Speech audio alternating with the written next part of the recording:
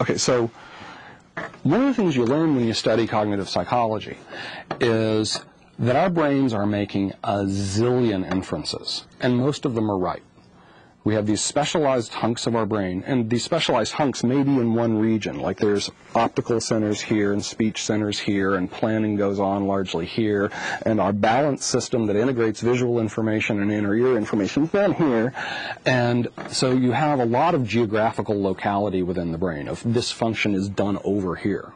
But you also have functions that are spread through the brain by sets of neurons that are connected closely. So even though they're not physically adjacent, they have a lot of connections to each other, and they can tightly cooperate to solve some little problem, and not so much with other things. And so those are two kinds of modules we have in the brain. The brain's made out of a bunch of parts. Another kind of module we have is that we have modular knowledge, and that turns out to be really important in understanding the psychology of religion. That one of the problems of intelligence, and this, I've studied artificial intelligence. I did that in graduate school. And one of the things you find out in a hurry is you don't want to remember everything you know. That one of the big problems of building something intelligent is to make it not remember all the wrong stuff and be distracted by true and useful inferences that don't apply to the current situation. That you can use up astronomical amounts of computation by remembering too much stuff. So what you really want is to remember the right stuff at the right time.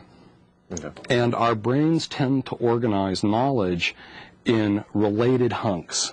That whether they're stored near each other in the brain or not, they're cued by the same things that remind us of a set of issues.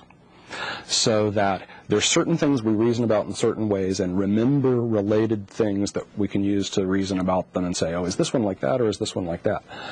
But our brains are very, very, very selective in what they remember and what can remind us of it, because if they weren't, we'd just be overwhelmed with memories all the time that would be useless. So one of the things about that is this doesn't look like a divinely designed gadget. It doesn't have infinite computational power. It has huge computational power, but it doesn't have infinite power, and it has to act like it. This is a gadget that's effectively designed by evolution to solve a problem, and it does it more or less well. So when we're functioning, there's usually a good reason why we're reminded of the things we are reminded of and why we're not reminded of most of the other things. There's a good reason why, for example, when interpreting things we see or something I hear somebody say, little parts of the brain make theories about what that means. Is that an edge, or is that a shadow? Did he say that? Is he mad at me? That kind of thing. But we make a whole lot of errors, most of which we get away with. Some little part of the brain may come up with some little theory about some part of the visual field or some little thing you said, and some other part of the brain will go, no, I don't think that could be right. And you don't even notice most of this consciously, that you make lots and lots of mistakes, but they get filtered out before they get far enough in the process for you to be consciously aware of them. And that has a lot of implications for how you think about what life is like. What nobody knew until about 50 years ago is that life is very, very hard and very, very complicated. And our brains do an amazingly good job of getting lots and lots of stuff mostly right, or finessing it a little so that even if they're wrong, it doesn't matter. And that makes you think differently about what happens when people believe stuff that turns out not to be true. It turns out everybody believes lots of stuff that turns out not to be true, and there's this very risk-prone process of analyzing and filtering. And that your brain, the higher level functioning of your brain, is largely committee-like. You got different parts of your brain talking back and forth, and there's not really one that's in control that's you. Okay? And there's other parts of your brain that do sort of subsidiary functions, but a lot of them are committees too, and they're arguing.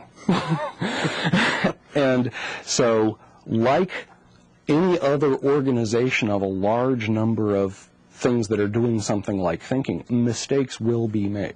Okay? And some of them will get caught and some of them won't.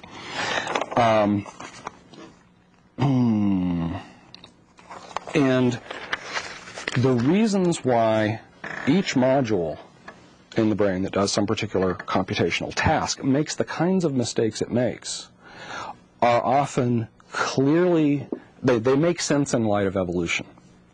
So, for example, suppose you're driving down the road and you're looking over here, and as you're looking back, you see in your peripheral vision this beige shape going across the road, okay, ahead of you. Well, you're likely to, look over there as soon as possible to get more information. Slam on the brakes if you're not too afraid of being rear-ended. Maybe swerve. And you're likely to think it's a dog or a cat. You're likely to see it as a dog or a cat, that your visual systems will jump to the conclusion that it's a dog or a cat. And then maybe you notice, no, it's an empty grocery bag blowing across the road. And you're surprised. You're going, I thought that was a dog. Well, there's evolutionary reasons for this kind of thing. And because when you're dealing with animals, and this was true of our hunter-gatherer forebears for millions of years before we developed the kind of culture where we have cars, animals are very interesting things to have in your environment. And there's certain basic categories of things that seem to be built into the brain for evolutionary reasons. And there's only about a half dozen of these major categories. And one of them is animals. So we have the category of plain old inanimate objects, things like rocks and mountains and clouds and stuff. We have the category of plants, which they behave differently. They do things like growing and reproducing, and maybe you can eat them, and that's one of the reasons why that's an interesting category. They probably won't eat you. Then we have animals. Now, animals, they're real interesting because they move around unpredictably. So if something might be an animal, you want to pay attention to it because it's not, it might be moving in a straight line, but that doesn't mean it's going to continue to move in a straight line like a rock. Okay. And it might turn around, it might run over and bite you, or you might be able to run over and catch it and eat it. So we seem to be wired to develop this category of animal and find it particularly interesting, partly because it's hard to think about and it's important to think about. Animals are more difficult to think about than rocks or clouds or rivers or whatever, because they have their own goals. They get around in the world, and you have to think about them psychologically. We're evolved to be able to think about other minds. And when it comes to non-human animals in general, we recognize that they can have goals like to get to you and bite you, or to get away. But it's not a real complicated kind of thing. Animals don't make promises. They don't rip you off. They might rip something off of you, but they don't rip you off. They don't have that concept, and you know it. And then we have humans. And humans, they can rip you off. You think very differently about humans. Mm-hmm. That in general, when a human does something, you bring to bear a lot of very special purpose knowledge and brain machinery for thinking about humans. We're evolved to be able to see other people as people and infer from all kinds of subtle cues, things about their mental state, what they're thinking, how they feel about us, and what that implies for our social relations. Like, can I trust this guy? Right? We don't think that way about animals in general. Wait a minute. Now I've lost my place again. Something our brain was not designed to do. Right.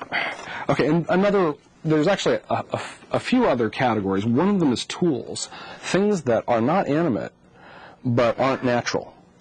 And tools are interesting to us. They remind us of certain things and make us think about certain issues. Like if I'm a hunter-gatherer and I'm wandering through the woods and I see a rock, it's a rock. Who cares? I might think about it as a physical object I could throw at an animal or something I could build something out of, but it's just a rock. I think about it as just physics. So we have this intuitive idea of physics that things have momentum. You can throw them harder, they'll hit things harder. Throw it up, it'll come down, stuff like that. But it doesn't have biology. So we have this ability to think about biological things differently from non-biological things. The ability to think about animals differently than other biological things. And especially the ability to think about humans very differently from other animals.